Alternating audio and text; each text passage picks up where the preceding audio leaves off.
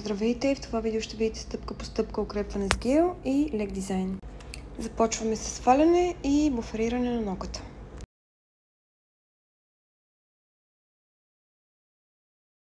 Тук вече повдигам кожичките, за да са готови за апаратен маникюр.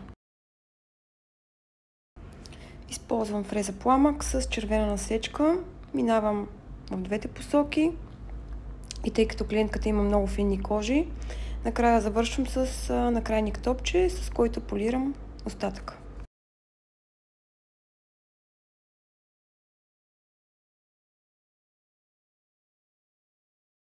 Тук вече почиствам прахта.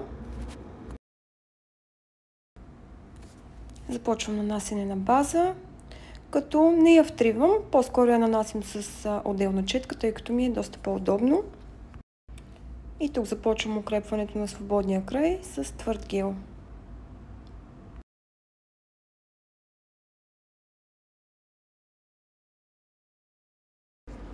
След като го фиксираме на 10 ногата, полимеризираме в лампата и започваме пиленето. Тук вече нанасям гел в бутилка, за да заравним повърхността.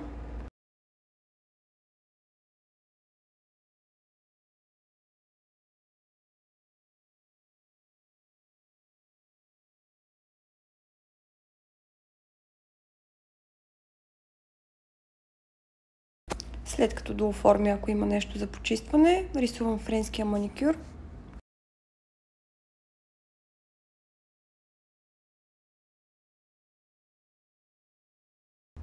И ето го готовия резултат.